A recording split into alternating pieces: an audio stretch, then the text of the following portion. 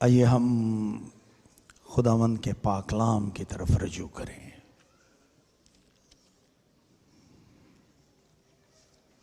فلپیوں کی کلیسیا کے نام مقدس پالوس رسول کا خط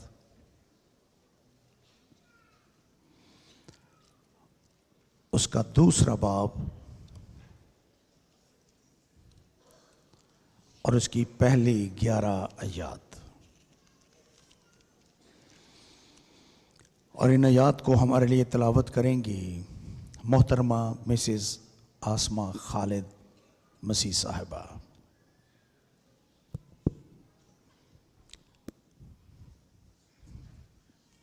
فلپیوں کی کلیسیا کے نام فلپی کی کلیسیا کے نام مقدس پالوس رسول کا خط 2 باب پہلی 11 آیات۔ مسیح یسوع میں آپ سب کی سلامتی ہو۔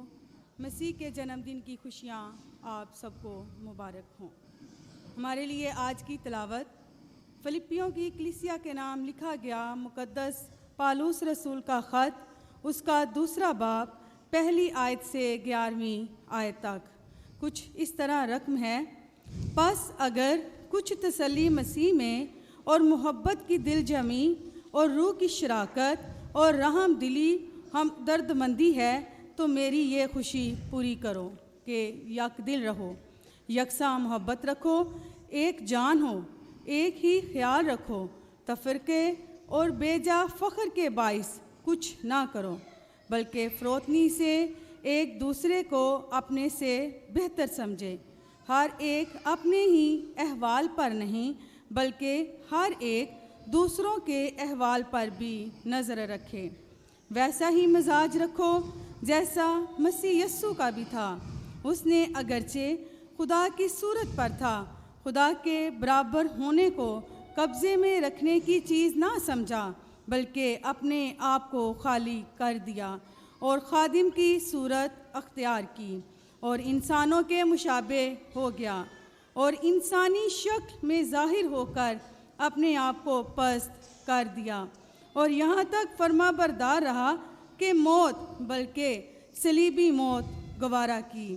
اسی واسطے خدا نے بھی اسے بہت سربلند کیا اور اسے وہ نام بخشا جو سب ناموں سے اعلیٰ ہے، تاکہ یسوع کے نام پر ہر ایک گھٹنا جھکے، خواہ آسمانیوں کا ہو، خواہ زمینیوں کا، خواہ ان کا جو زمین کے نیچے ہیں، اور خدا باپ کے جلال کے لیے ہر ایک زبان اقرار کرے کہ یسوع مسیح خداوند ہے۔ خدا کے پاک کلام کے پڑھے جانے پر خدا کی خاص برکت ہو، آمین۔ آمین۔ آج کرسمس 2023 کے موقع پر میں نے خداوند کے پاک کلام میں سے جن آیات کا انتخاب کیا ہے، تھوڑی دیر پہلے فلپیوں کے خط اس کے 2 باب اور اس کی پہلی 11 آیات کی صورت پہ آپ کے سامنے تلاوت کیا گیا ہے وہ متن۔ خداوند یسوع مسیح کی الوہیت، خداوند یسوع مسیح کی خدمت، ان کی رسالت، ان کی شخصیت، ان کی تسلیب، ان کی قیامت اور جلال کے بارے میں بائبل مقدس میں بے شمار حوالہ جات بیان کیے گئے ہیں، لیکن مقدس پالوس رسول فلپی کی کلیسیا کے نام خط لکھتے ہوئے اس کے 2 باب اور اس کی پہلی 11 آیات میں خداوند یسوع مسیح کی ذات کو انتہائی جامع اور منطقی انداز میں پیش کرتا ہے۔ یہ ایک زبردست بیان ہے خداوند یسوع مسیح کی ذات اور ان کی رسالت، ان کی شخصیت، ان کی قیامت اور جلال کے بارے میں۔ مقدس پالوس یہ بیان فلپی کی کلیسیا کے مخصوص حالات کے پیش نظر لکھتا ہے۔ خداوند کا پاک کلام ہمیشہ انسانی حالات، ہمارے واقعات میں ہم سے ہم کلام ہوتا ہے۔ گویا اگر میں یہ کہوں کہ خدا کے پاک کلام اور انسانی حالات اور مسائل کا آپس میں گہرا رشتہ ہے تو یہ بھیجا نہ ہوگا۔ یوں لگتا ہے کہ فلپی کی کلیسیا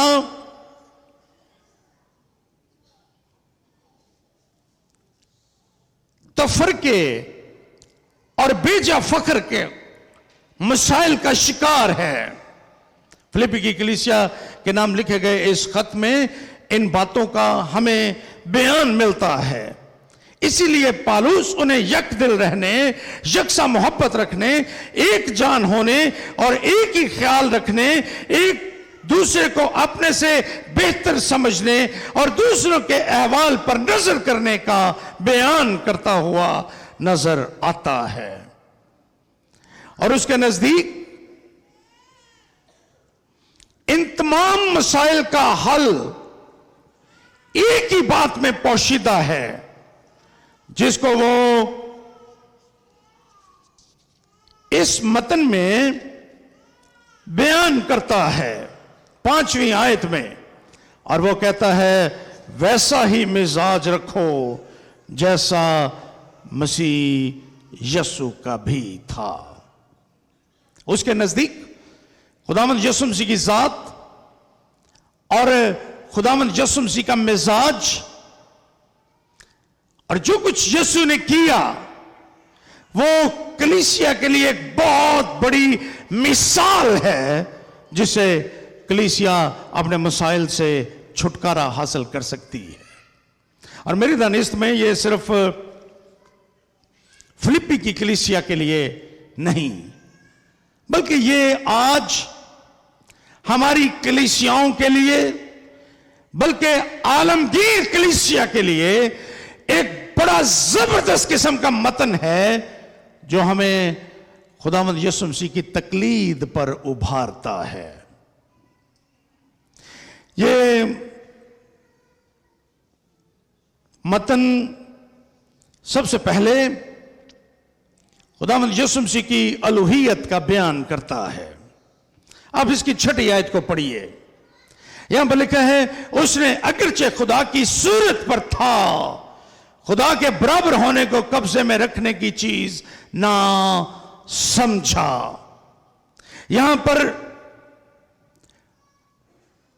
یونانی زبان میں صورت کے لیے جب یہاں پر یہ لکھا ہے اس نے اگرچہ خدا کی صورت پر تھا، صورت کے لیے جو یونانی لفظ یہاں پر درج کیا گیا وہ بڑا دلچسپ ہے، وہ ہے مورفے، اور اس کا مطلب ہے خدا کا لا تبدیل جوہر جو خداوند یسوع مسیح کی ذات میں موجود تھا، اور جب خداوند یسوع مسیح انسان بن کر اس دنیا میں تشریف لائے، اگرچہ وہ انسان کے طور پر انسانی روپ میں اس دنیا میں تشریف لائے، لیکن وہ جوہر، وہ الہی جوہر جو لا تبدیل ہے، جو کبھی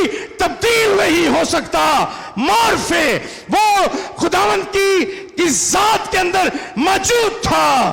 اسی لیے کلوسیوں کے خط کو تحریر کرتے ہوئے وہاں پر یہ لکھا ہے کہ الوہیت کی ساری معموری اس میں سکونت کرتی ہے۔ یسوع مسیح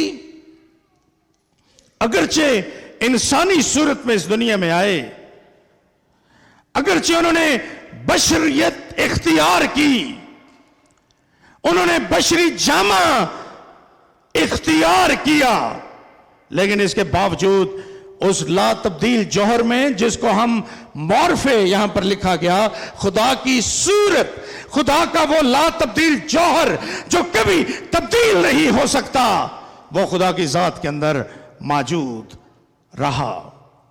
خداوند یسوع مسیح جب انسانی شکل میں اس دنیا میں ظاہر ہوئے تو وہ جوہر ان کے اندر، الہی ذات کا جوہر ان کے اندر، الوہیت کا جوہر ان کے اندر موجود تھا، اور اس سے اس الہی جوہر میں کوئی کمی واقع نہیں ہوئی، بلکہ بشریت کو سرفرازی حاصل ہوئی۔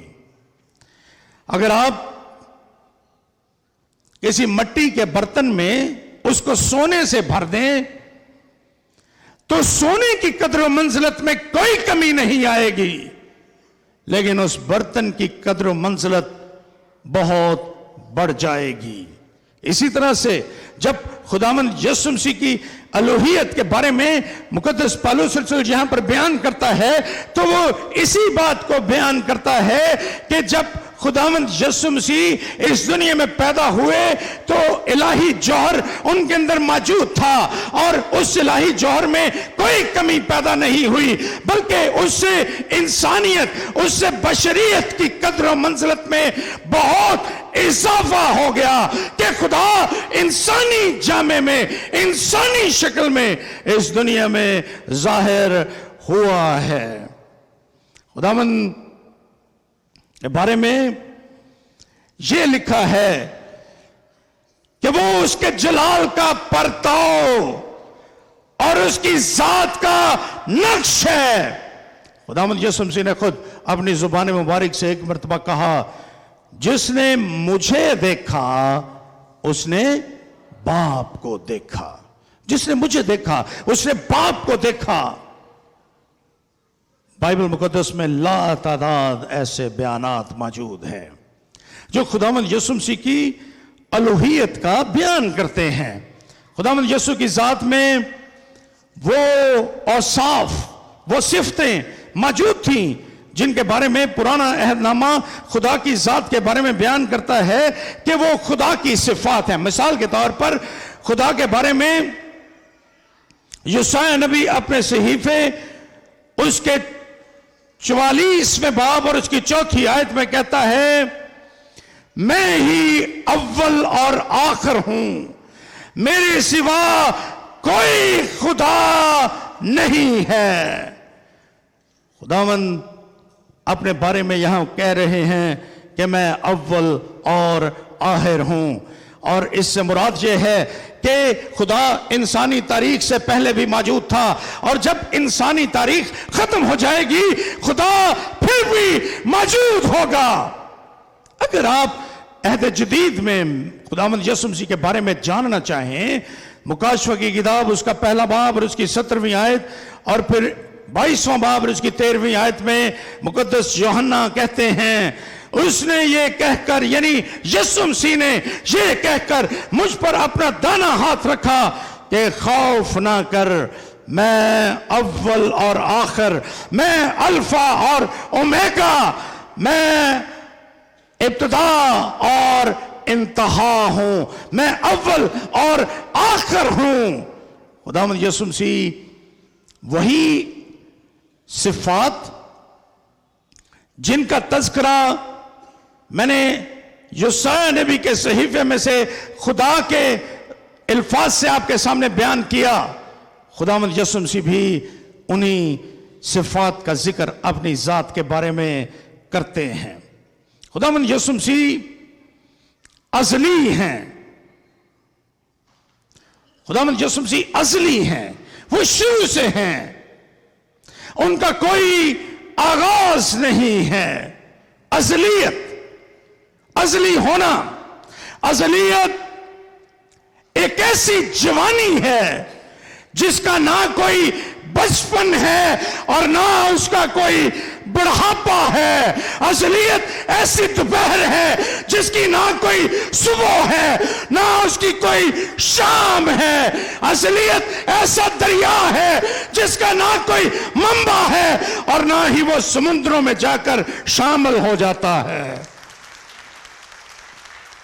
اصلیت ایک ایسا زمانہ جس کے بارے میں، جس کی ابتدا اور انتہا کے بارے میں ہماری عقل اس کا اندازہ نہ لگا سکے، اس کا حساب کتاب کرنے کے لیے ہمارے اعداد و شمار نہ کافی ہو جائیں۔ خدا کے بارے میں زبور 93 اور اس کی دوسری آیت میں لکھا ہے، تیرا تخت قدیم سے قائم ہے، تو ازل سے ہے۔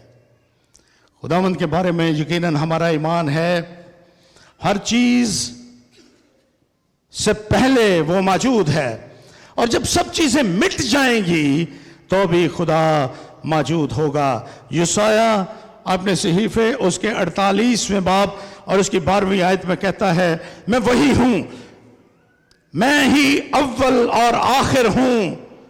اور خداوند یسوع مسیح کے بارے میں آپ یوحنا کے اس شورى افاق بیان سے واقف ہیں جس میں وہ کہتا ہے کہ ابتدا میں کلام تھا، کلام خدا کے ساتھ تھا، وہی کلام خدا تھا۔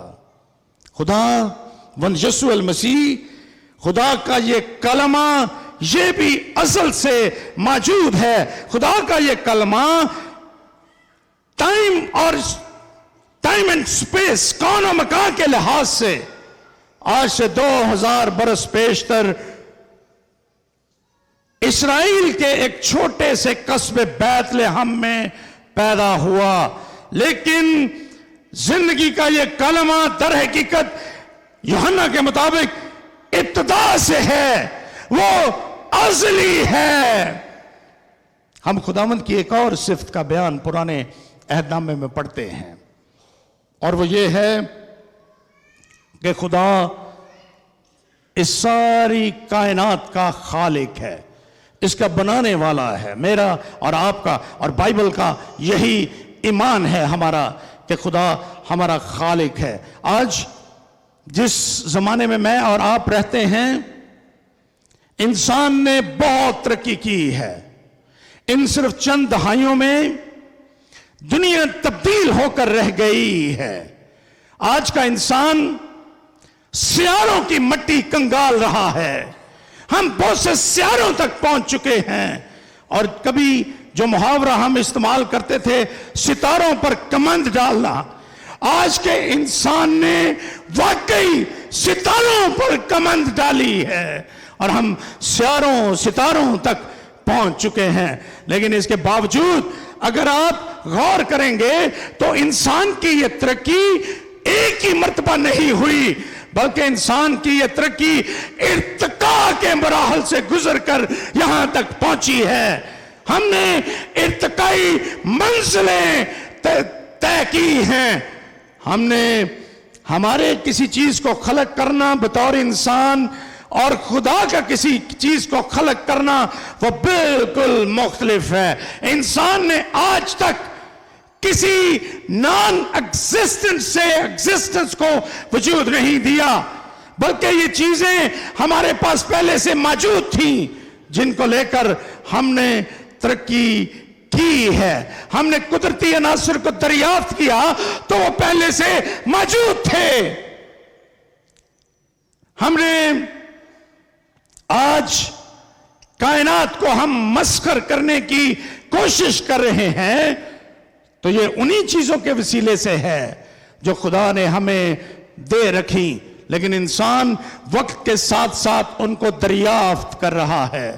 لیکن اگر آپ خدا کے بارے میں پڑھیں گے تو خدا ایسا نہیں ہے، بلکہ خدا کے بارے میں لکھا ہے کہ جب آسمان نہیں تھا، اس نے جب زمین نہیں تھی، جب دنیا میں کوئی چیز کسی چیز کا وجود نہیں تھا، خدا نے کہنے سے، حکم دینے سے، اپنے فرمانے سے، اپنے کلمے سے خدا نے اس کائنات کو وجود بخشا ہے۔ کسی چیز کے نہ ہونے سے، نان ایگزسٹنٹ سے خدا نے اس کو ایگزسٹنس بخشی ہے، جس کو ہم اردو میں نیست سے ہست کہتے ہیں۔ لیکن انسان نے ایسا نہیں کیا۔ ہم نے جو کچھ بنایا، جو ترقی ہم نے کی ہے، وہ سائنس اور علم کے ارتقاء کی بدولت ہے، جو کچھ ہم نے کیا۔ لیکن خداوند ایسا نہیں ہے۔ یسایہ 40واں باب اور اس کی 28ویں آیت میں لکھا ہے، کیا تو نہیں جانتا؟ کیا تو نے نہیں سنا کہ خداوند خدائے ابدی، تمام زمین کا خالق، تھکتا نہیں اور ماندہ نہیں ہوتا؟ وہ سب چیزوں کا خالق ہے۔ اگر آپ خداوند یسوع مسیح کی ذات کی نسبت سے جاننا چاہیں اسی بات کو، تو یوحنا رسول کہتا ہے کہ سب چیزیں اس کے وسیلے سے پیدا ہوئیں، اور جو کچھ پیدا ہوا ہے اس میں سے کوئی چیز بھی اس کے بغیر پیدا نہیں ہوئی۔ اور پھر مقدس پالوس کلوسیوں کے نام خط لکھتے ہوئے اس کے پہلے باب اور اس کی 14ویں آیت میں کہتے ہیں، تمام مسیح خداوند تمام دیکھی اور اندیکھی چیزوں کے خالق ہیں، تمام مادی اور غیر مادی چیزوں کے خالق خداوند یسوع مسیح ہیں۔ خداوند یسوع مسیح خدا کی وہی صفت جو خدا کے اندر موجود ہے اور جس کے بارے میں میں آپ کے سامنے بیان کر رہا ہوں، وہ خداوند یسوع مسیح کی بھی صفت ہے۔ گویا یہ اوصاف، خداوند یسوع مسیح کی یہ صفات اس کو ایک الہی شخصیت کے طور پر پیش کرتی ہیں، اور ہمارے سامنے یہ بیان کرتی ہیں کہ جب یسوع اس دنیا میں بشریت کا جامہ پہن کر موجود ہوا، جب یسوع مسیح ایک بچے کی صورت میں بیت لحم میں پیدا ہوا، تو وہ محض انسان نہیں ہے بلکہ خدا کا الہی جوہر اس کے اندر موجود ہے، جو لا تبدیل ہے، جو تبدیل نہیں ہوتا، اور وہ خدا کی ذات کے اندر موجود ہے، اور وہی صفات جو خدا کی ہیں وہ مسیح کے اندر بھی موجود رہیں۔ کلام پاک خدا کی ذات کے بارے میں یہ بیان کرتا ہے کہ خدا کی ذات میں کسی طرح کی کوئی تبدیلی رونما نہیں ہو سکتی۔ زبور نویس لکھتا ہے کہ تو نے قدیم سے زمین کی بنیاد ڈالی، آسمان تیرے ہاتھ کی صنعت ہے، وہ نیست ہو جائیں گے پر تو اے خداوند باقی رہے گا، بلکہ وہ سب پوشاک کی مانند، پر تو لا تبدیل ہے اور تیرے برس لا انتہا ہوں گے۔ خداوند نے خود اپنے بارے میں ملاکی کی کتاب میں کہا، ملاکی 3 باب اور اس کی 4 آیت میں خداوند لا تبدیل ہوں۔ خداوند لا تبدیل ہے، اور اسی طرح سے خداوند یسوع مسیح بھی لا تبدیل ہے۔ اس کے بارے میں عبرانیوں کے خط کا مصنف 13 باب اور اس کی 8ویں آیت میں کہتا ہے، یسوع مسیح کل، گزرا ہوا کل اور آج کے دن، پریزنٹ، اور بلکہ اب تک، فیوچر، اب تک وہ یکساں ہے۔ مسیح خداوند لا تبدیل ہے، خداوند یسوع مسیح خالق ہے، اور یہ اوصاف اس کی الوہیت کے دلائل ہیں کہ خداوند یسوع مسیح جب اس دنیا میں پیدا ہوا، جب وہ اس دنیا میں انسان بن کر آ گیا، اس کی الہی حیثیت میں کوئی فرق نہیں پڑا، بلکہ وہ خدا کی صورت اور خدا کے برابر رہا۔ وہ خدا کے برابر رہا، خدا کی صورت پر تھا، وہ خدا کے برابر تھا اور ہے۔ وہ یہ خداوند یسوع مسیح کی الوہیت ہے۔ جب مقدس پالوس رسول خدا کی الوہیت کا بیان کرتا ہے تو در حقیقت وہ فلپی کی کلیسیا کو یہ بتانے کی کوشش کر رہا ہے کہ ہم جو بیجا فخر اور تفرقے کا شکار ہیں، ہم جو ایک دوسرے سے جھگڑتے ہیں، ہم جو ایک دوسرے کو اپنے سے کمزور تصور کرتے ہیں، خدا کی ذات پر غور کریں کہ وہ الہی شخصیت، الہی جوہر کا مالک، وہ اس پوری کائنات کا خالق، وہ لا تبدیل خدا، لیکن اس کے باوجود اس نے اپنے آپ کو پست کر دیا. اور پھر چھٹی اور ساتویں آیت میں وہ خداوند یسوع مسیح کے تجسم کا بیان کرتا ہے. اس نے اگرچہ خدا کی صورت پہ تھا، خدا کے برابر ہونے کو قبضے میں رکھنے کی چیز نہ سمجھا، بلکہ اپنے آپ کو خالی کر دیا اور خادم کی صورت اختیار کی اور انسانوں کے مشابہ ہو گیا. مقدس پالوس یہاں پر خداوند یسوع مسیح کی بشریت کا، اس کے تجسم کا، اس کے انسان بن کر اس دنیا میں آنے کا، انسانی تاریخ میں ظاہر ہونے کا بیان کرتا ہے. میں آج صبح خداوند یسوع مسیح کے تجسم، اس کے انسان بن کر اس دنیا میں آنے کے بارے میں چند غلط فہمیوں کا ازالہ بھی کرنا چاہتا ہوں، کیونکہ دنیا میں بہت سے لوگ خداوند یسوع مسیح کے تجسم کے بارے میں بہت سی غلط فہمیوں کا شکار بھی ہیں. سو آئیے ہم ان پر غور کریں اور ان کو اپنی زندگی سے نکالنے کی، اگر ہم ایسے تصورات رکھتے ہیں تو ان کو ختم کرنے کی کوشش کریں. تجسم کے بارے میں دنیا میں بے شمار خیالات تجسم کے بارے میں پائے جاتے ہیں. ہم پرانے عہد نامے میں خدا کے ظہورات کے بارے میں بیان پڑھتے ہیں، جن کو ہم علم الہیات کی زبان میں تھیوفنیز کہتے ہیں. ظہورات الہی، تھیوفنی، تھیوس اور فینی، یعنی خدا کا چہرہ، خدا کا ظاہر ہونا. قدیم زمانے میں جب خداوند یسوع مسیح اس دنیا میں تشریف لائے، اس دور میں اس لفظ کا ایک عام استعمال کیا جاتا تھا یونانی دنیا میں، اور یہ اس وقت ہوتا تھا جب یونانی اپنے تہوار مناتے تھے اور وہ ان تہواروں کے موقع پر اپنے دیوتاؤں کو، جو لکڑی، پتھر اور دیگر معدنیات کے بنے ہوتے تھے، ان کو عوام کے سامنے پیش کرتے تھے اور اس کو تھیوفنی یا دیوتاؤں کا ظہور کہا جاتا تھا. ہم بائبل مقدس میں خدا کے بھی ظہورات کا بیان پڑھتے ہیں. مثال کے طور پر خدا کے بارے میں ہم بیان پڑھتے ہیں کہ وہ پیدائش کی کتاب کے مطابق وہ آدم اور حوا پر ظاہر ہوتا تھا. خدا ابراہیم پر درختوں میں ظاہر ہوا.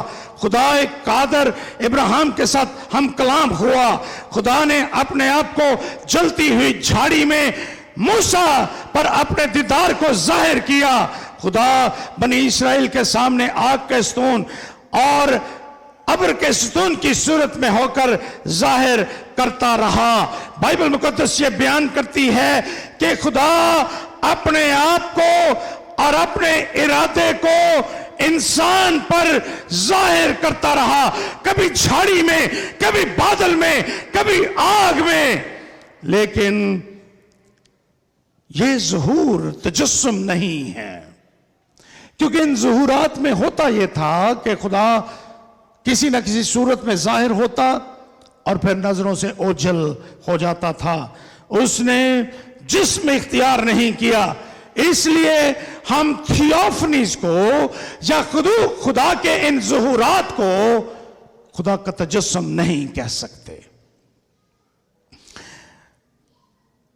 خدا کے پاک کلام میں خدا نے کئی ایک موقعوں پر اپنے آپ کو انسانی شکل میں بھی ظاہر کیا، جس کو ہم الہیات کی زبان میں اینتھروپومارفزم کہتے ہیں، تشبیہیت. اردو زبان میں ہم اس کے لیے اصطلاح استعمال کرتے ہیں، اور اس کا مطلب یہ ہے کہ جب خدا انسانی صورت میں ظاہر ہوتا ہے.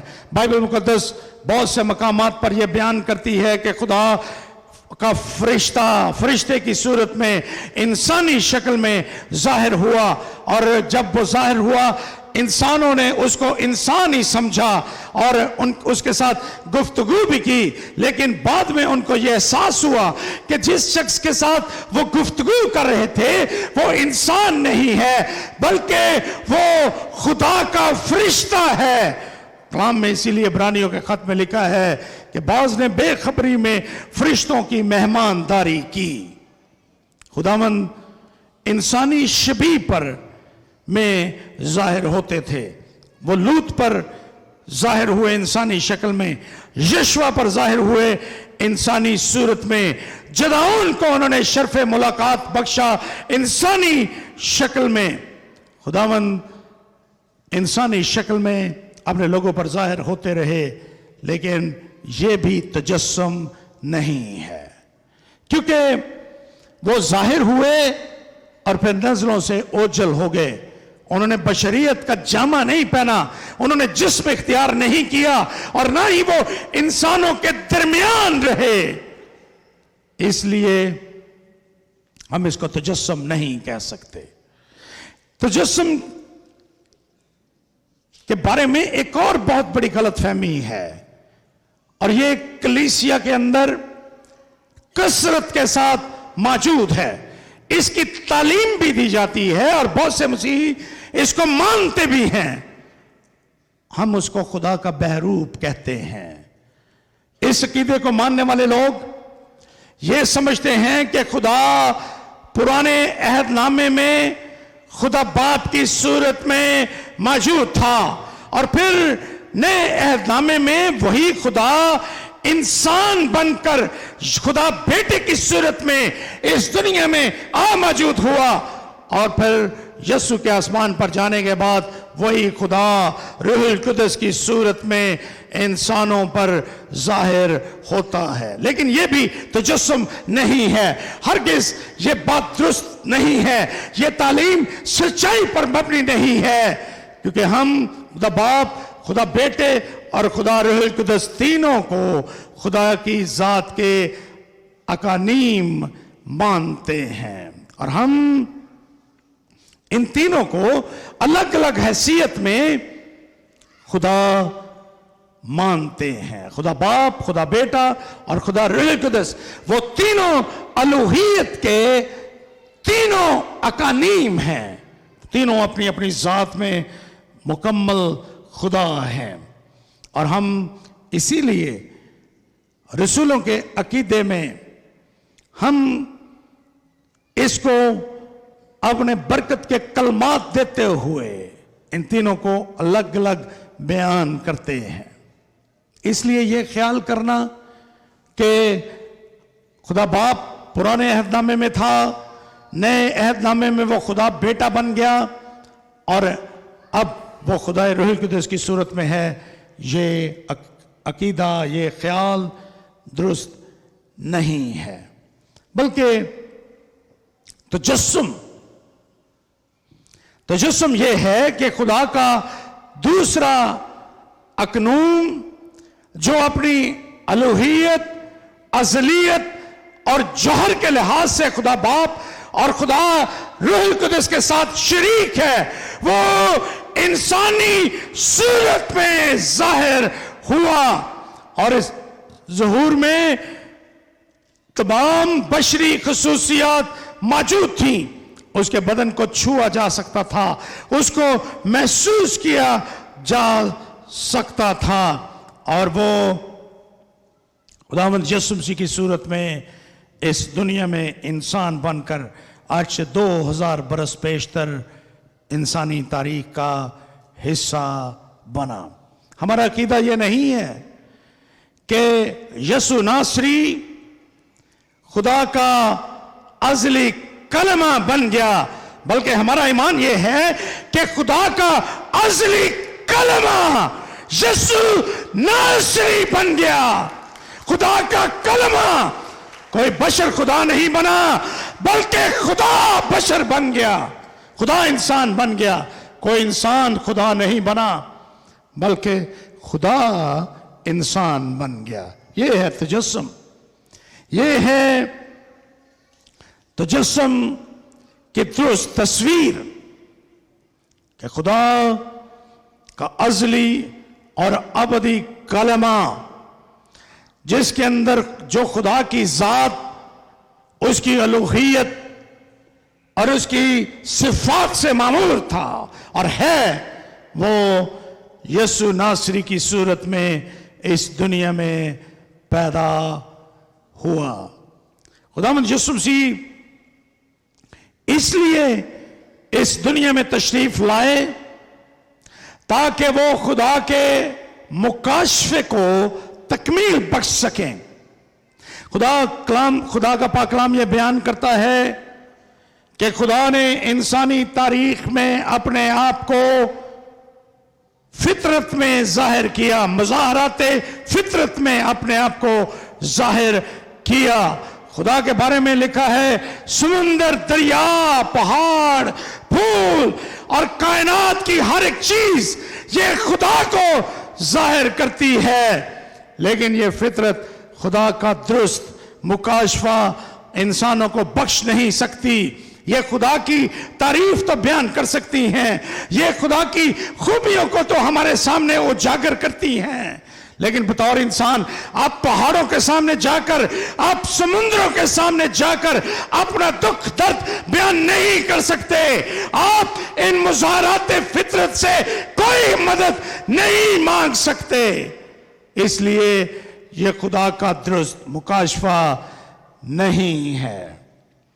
خدا نے نہ صرف فطرت میں بلکہ عبرانیوں کے خط کا مصنف اپنے پہلے باب اور اس کی پہلی 3 آیات میں یہ بیان کرتا ہے کہ خدا نبیوں کی معرفت ہم کلام ہوتا رہا، لیکن پھر زمانے کے آخر میں لکھا ہے اگلے زمانے میں خدا نے باپ دادا سے حصہ بحصہ اور طرح بطرح نبیوں کی معرفت کلام کر کے اس زمانے کے آخر میں ہم سے بیٹے کی معرفت کلام کیا، جسے اس نے سب چیزوں کا وارث ٹھہرایا اور جس کے وسیلے سے اس نے عالم بھی پیدا کیے. وہ اس کے جلال کا پرتاؤ اور اس کی ذات کا نقش ہو کر سب چیزوں کو اپنی قدرت کے کلام سے سنبھالتا ہے.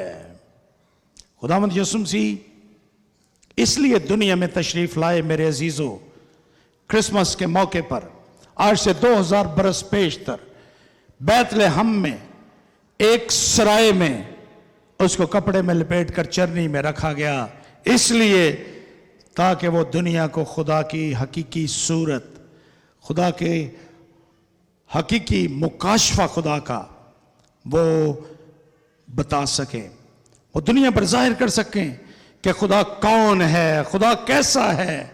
اور میرا بائبل کا طالب علم ہونے کی حیثیت سے میرا یہ ایمان ہے کہ اگر خداوند یسوع مسیح مجسم نہ ہوتے تو دنیا خدا کے کامل مکاشفے سے محروم رہتی، اور آج تک لوگ خدا کو جان نہ پاتے، وہ خدا کو سمجھ نہ پاتے اور خدا کی صفات اور اس کی اوصاف سے بے خبر رہتے. خداوند یسوع مسیح نے مکاشفے کو تکمیل بخشی ہے. خداوند یسوع مسیح نے نبوتوں کو تکمیل بخشی ہے. اگر آپ زبور 40 اس کی 6 سے 8 آیت کو پڑھیں تو خداوند یسوع مسیح سے تقریباً 10,000 سال پہلے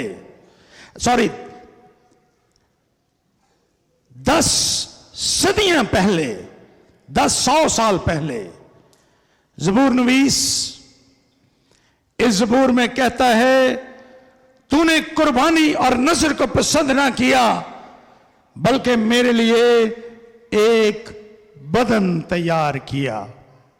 زبور نویس 10 صدیاں پہلے خداوند یسوع مسیح کے اس دنیا میں اس کے تجسم کی پیشین گوئی کر رہا ہے، اور وہ کہتا ہے خداوند سے کہ تو نے میرے لیے ایک بدن تیار کیا تاکہ انسان بن کر اس دنیا میں آ جائے۔ اگر مسیح خداوند مجسم ہو کر دنیا میں نہ آتے تو بائبل کی یہ نبوتیں جھوٹی ثابت ہوتی۔ اس لیے یسوع کا اس دنیا میں جسم اختیار کرنا، اس کا مجسم ہو کر اس دنیا میں آنا اس لیے بھی بہت ضروری تھا تاکہ پاک کلام کی نبوتوں کی تکمیل ہو جائے۔ نبوتوں کی تکمیل کے لیے وہ جسم اختیار کرتا ہے۔ اور پھر ایک اور بڑی وجہ، تاکہ الہی نجات کی انسانی نجات کی تکمیل ہو جائے۔ انسانی نجات شروع ہی سے، جب سے انسان پیدا ہوا اور اس کے تعلقات خدا کے ساتھ بگڑے، گناہ ان کی زندگی میں آیا، وہ نجات کی تلاش میں رہا۔ کبھی قربانیوں کے وسیلے سے، کبھی شریعت پر عمل کرنے کے وسیلے سے، وہ کبھی اپنے نیک اعمال کے وسیلے سے وہ نجات کو حاصل کرنا چاہتا تھا، وہ خدا تک پہنچنا چاہتا تھا انسان، لیکن یہ ممکن نہیں تھا کہ ہم نجات پا سکتے، ہم اپنے نیک اعمال اور اپنی قربانیوں سے خدا تک پہنچ سکتے، یہ ممکن نہیں تھا۔ اسی لیے خداوند یسوع مسیح کے بارے میں مقدس پطرس اعمال کی کتاب اس کے 4 باب اور اس کی 12ویں آیت میں کہتا ہے، اور کسی دوسرے کے وسیلے سے نجات نہیں، کیونکہ آسمان کے تلے آدمیوں کو کوئی دوسرا نام نہیں بخشا گیا جس کے وسیلے سے ہم نجات پا سکیں۔ انسانوں کو نجات دینے کے لیے یہ ضروری تھا کہ وہ انسانوں کے مشابہ ہو جائے۔ اسی لیے فلپیوں کے خط کا مصنف 2 باب اور اس کی 7ویں آیت میں کہتا ہے، اور وہ انسانوں کے مشابہ ہو گیا تاکہ ہمیں نجات بخش سکے۔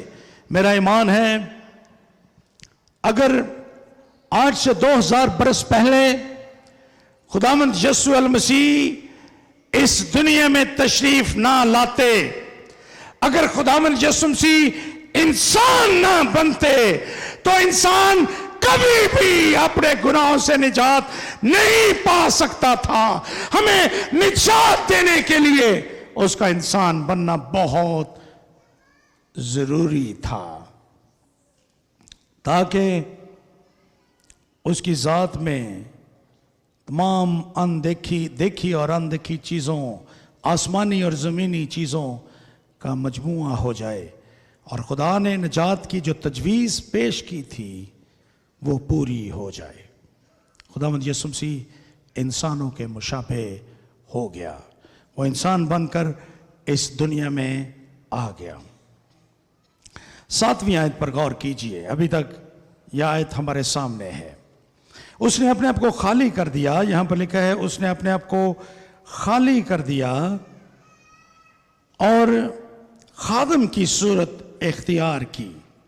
یہ مسئلہ صدیوں سے علماء اس پر گفتگو اور بحث کر رہے ہیں، اس کے متعلق مختلف قسم کے دلائل اور تعویلیں پیش کی جاتی ہیں۔